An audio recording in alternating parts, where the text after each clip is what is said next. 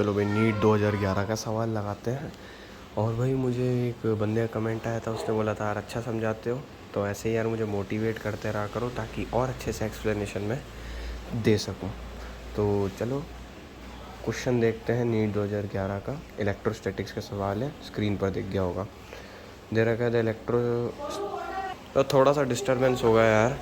Start करते हैं। The question में दे रखा है the electric potential V at any point x y z all in metre in space is given by V equals to 4x² volt. ठीक है भाई। The electric field at a point 1,0,2 in volt metre is. अब देखो इस सवाल में मुझे पूछ क्या रहा है, पहले तो ये देखो, मुझे बोल रहा है कि भाई इलेक्ट्रिक फील्ड निकालो तुम। ठीक है भाई, इलेक्ट्रिक फील्ड निकालो। मुझे जो पोटेंशियल दे रखा है, सुनना अच्छी तरीके से, मुझे जो पोटेंशियल दे रखा है ना भाई, है ना, वो कितना दे रखा है 4x²। अब धीमे धीमे सवाल की लैंग्वेज को समझते हैं। पहले तुमने मेन चीज़ लिख लेनी है। और मुझे इलेक्ट्रिक फील्ड कहाँ ढूंढनी है, कैसे पॉइंट पर ढूंढनी है, जिस पॉइंट पर उस पॉइंट के कोऑर्डिनेट 1,0,2 है, उस पॉइंट के कोऑर्डिनेट। अब देखो सवाल में क्या बोल रहा है, धीमे धीमे समझते हैं। The electric potential V at any point x y z, बोल रहा है कि कोई भी पॉइंट है, एक कोई भी पॉइंट है, ऐसे बोल रहा है ना। इलेक्ट्रिक पोटेंशियल है V, एक कोई इलेक्ट्रिक पोटेंशियल है V किसी भी पॉइंट पर। मान लेते हैं कोई पॉइंट है कहीं भी स्पेस में, कहीं भी पड़ा हुआ है, इस पॉइंट पर अपन ने जो इलेक्ट्रिक पोटेंशियल जो दे रखा है V दे रखा है।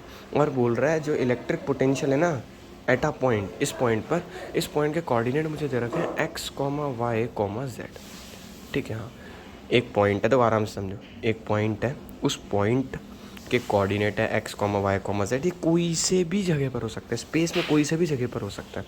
ये x और y और z मीटर के अंदर, मतलब x metre, y metre, z metre, इनके अंदर है। और जो मेरा पोटेंशियल है ना इस पॉइंट पे वो v है, और वो कैसे क्या दे रखा है मुझे, 4x² दे रखा है। ठीक है भाई, मेरा पॉइंट जो है वो x, y, z पे है। ठीक है। और मेरा जो पोटेंशियल है ना वो 4x², मतलब पोटेंशियल x एक्सिस पे डिपेंड कर रहा है। इससे पता लग रहा है ना भाई। अगर x की वैल्यू 1 रखूँगा तो 4 हो जाएगी मेरी v की वैल्यू, x की वैल्यू 2 रखूँगा तो 2 का स्क्वायर 4, 4 4 जा 16 हो जाएगा।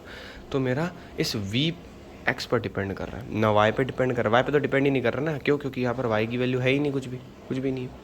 इसलिए ये पॉइंट x, y, z, मतलब ये ऐसा पॉइंट है जो अपन का x एक्सिस में भी आता है, y एक्सिस में भी आता है और z एक्सिस में भी आता है। और ये जो पॉइंट है ना, इस पॉइंट पर पोटेंशियल मुझे दे रखा है 4x²। अब मेरे हिसाब से सारी बातें क्लियर। ये पहली लाइन, दूसरी लाइन अच्छे से आगे हुई समझ में।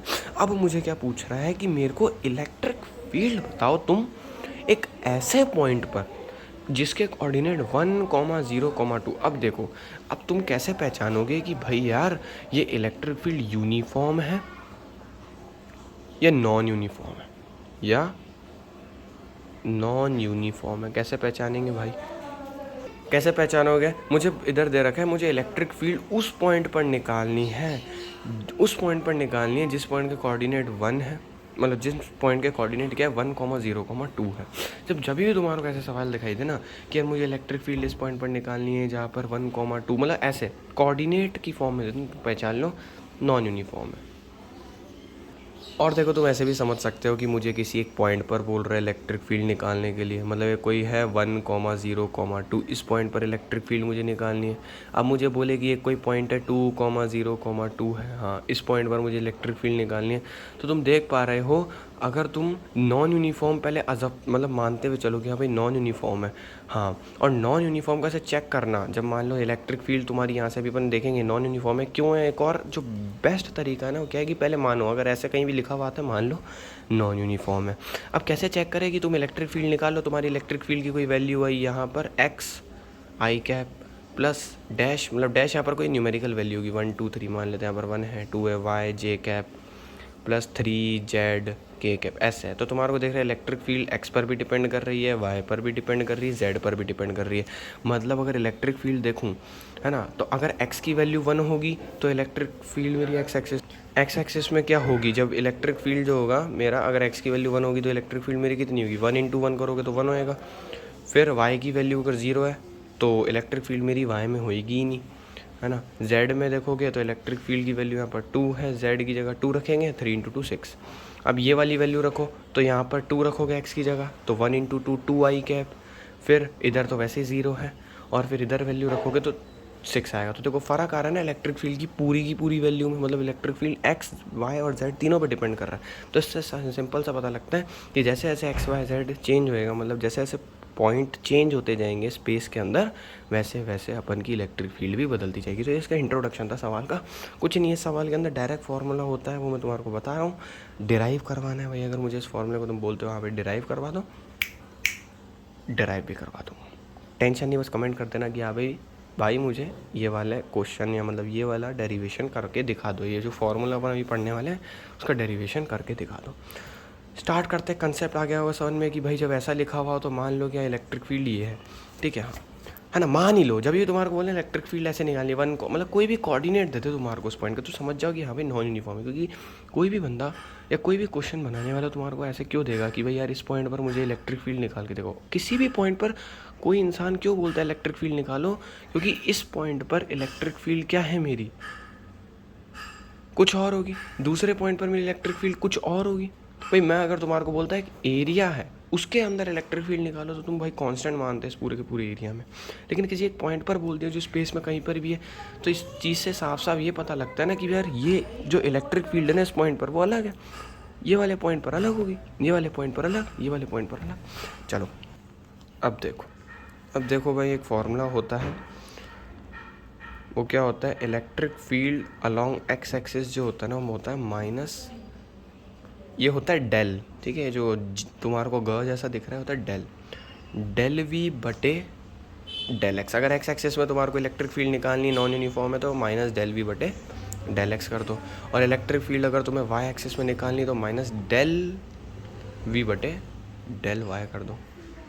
और जेड एक्सिस में निकालनी है तो माइनस डेल वी बटे डेल जेड कर दो, तीनों जगह। और जो नेट इलेक्ट्रिक फील्ड होगी वो क्या होगी, वो होती है इलेक्ट्रिक फील्ड एक्स एक्सिस में plus electric field Y axis में plus electric field Z axis में। देखो भाई अब क्या करें, E net equals to sorry पहले एक्स एक्सिस में निकालते हैं इलेक्ट्रिक फील्ड। देखो माइनस डेल वी की जगह में क्या लिखूं, 4x², तो 4x² अपॉन dx। अब देखो ये जो डेल है ना इसको डिफरेंशिएशन की तरह ट्रीट करना है तुम्हारे को। वो तो ये इसलिए लिखते हैं जब डेरिवेशन करवाऊंगा ना तब सारी चीज़ें बताऊंगा कि यार डेल क्यों आया है, डी डायरेक्टली क्यों नहीं लिख सकते, ठीक है, क्योंकि डॉट प्रोडक्ट होता है ना मेनली, या cross product mainly dot product होता है, इस चक्कर में अपन उधर बेच कर नहीं कर सकते, वो बाद में डिटेल में बताऊँगा मैं, ठीक है। हाँ अब देखो भाई यार देखो इधर x है नीचे और यहाँ पर भी x है, तो अपन देख सकते हैं कि यार दोनों अगर सेम होते तो अपन यहाँ पर कर सकते हैं। ये इसके हिसाब से ये चीज़ कांस्टेंट नहीं होगी, तो इसका डिफरेंशिएशन करना पड़ेगा, क्योंकि x का ही x की टर्म में करना है ना इस चक्कर में। तो देखो जब इसको x एक्सिस में करेंगे तो मुझे पता है माइनस तो बाहर आएगा ही आएगा, ये वाला अंदर बचेगा। 4x² का अगर तुम डिफरेंशिएशन करते हो तो क्या होगा, ये 2 आगे आ जाता है 8 और x 2 - 1 1 हो जाता है। देखिए डिफरेंशिएशन मेरे हिसाब से अच्छे से आना चाहिए तुम्हारे को, तो ये चीज़ तुम कर दोगे। तो x एक्सिस में मेरी इलेक्ट्रिक फील्ड, ठीक है, तो इलेक्ट्रिक फील्ड x एक्सिस में कितनी आ गई, माइनस का 8x, ठीक है, यहाँ तक कोई दिक्कत नहीं। मतलब जो x एक्सिस में इलेक्ट्रिक फील्ड है ना वो x पर डिपेंड कर रही है, मतलब x की वैल्यू पर। अभी x की वैल्यू अपन डालते हैं कितनी दे रखी थी अपन को, कौन से पॉइंट पर बोल रहा था, ऐसे पॉइंट पर इलेक्ट्रिक फील्ड निकालनी जहाँ पर x की वैल्यू 1 हो। तो मेरी x एक्सिस में इलेक्ट्रिक फील्ड कितनी आएगी, माइनस का 8 × 1 मतलब माइनस का 8।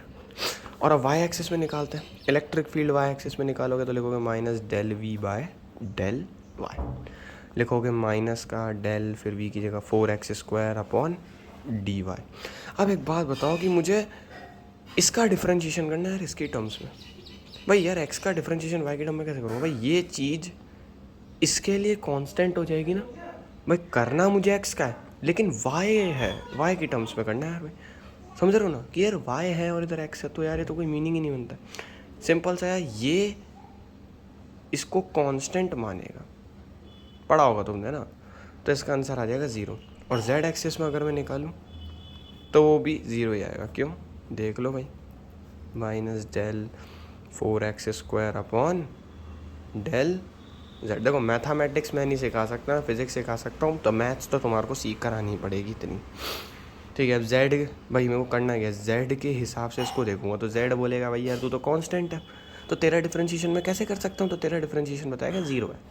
तो अगर मैं नेट इलेक्ट्रिक फील्ड लिखूँ तो नेट इलेक्ट्रिक फील्ड मेरी क्या आएगी, बोलेगा कि माइनस का 8 आई कैप प्लस 0 जे कैप प्लस 0 जे के कैप। अब देखो मैंने ऐसे क्यों लिखा है इसको, देखो ये क्या बता रहा है, इस टर्म को अच्छे से समझना। बोल रहे हैं मेरी जो नेट इलेक्ट्रिक फील्ड है ना वो क्या है, आई कैप क्या बता रहा है, आई कैप बता रहा है कि भाई मेरी एक्स एक्सिस में मेरी इलेक्ट्रिक फील्ड कितनी है, माइनस का 8, जो देखो आई है अपनी, और मेरी वाई एक्सिस में इलेक्ट्रिक फील्ड कितनी है, इतनी, और मेरी जेड एक्सिस में इलेक्ट्रिक फील्ड कितनी है, इतनी है।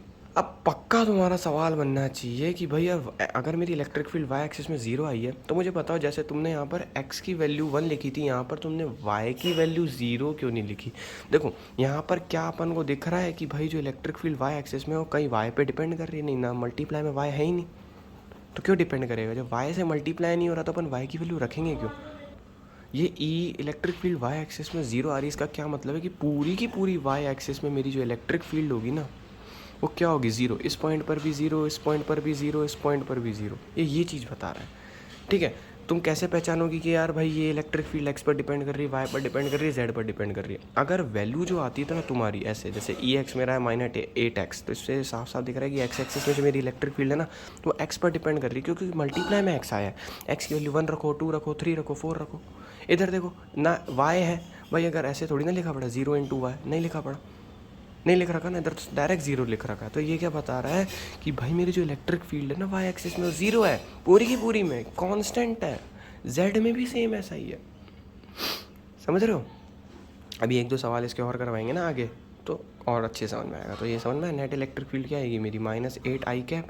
ये तो मैं बोल सकता हूँ जो मेरी नेट इलेक्ट्रिक फील्ड का अगर मैग्नीट्यूड निकालना चाहूँ मैं, अगर या सिंपल सा मैं बोलूँ ऑप्शन के हिसाब से, वो होगा -8 आई कैप, क्योंकि ये तो सब 0 है, इसको लिखने का मतलब नहीं। तो ये क्या बता रहा है कि मेरी जो इलेक्ट्रिक फील्ड है ना, ये अगर ओरिजिन है 0,0,0, तो मेरी इलेक्ट्रिक फील्ड एक्स एक्सिस में, लेकिन नेगेटिव एक्स एक्सिस में 8 है, ये ना नेगेटिव एक्स एक्सिस में कितनी है, 8 है। तो ये चीज़ समझ में आई, जो इलेक्ट्रिक फील्ड है वो क्या है, 8 है एक्स एक्सिस में। ये देखो इसका मतलब समझो, मेरी जो इलेक्ट्रिक फील्ड है वो 8 है एक्स एक्सिस में, लेकिन एक्स एक्सिस कैसी है, नेगेटिव है। पूरा कंसेप्ट मेरे हिसाब से क्लियर हो गया, वो बहुत अच्छी तरीके से पूरा 100% है इसको समझाने के लिए। तो इसका ऑप्शन नंबर डी हो जाएगा।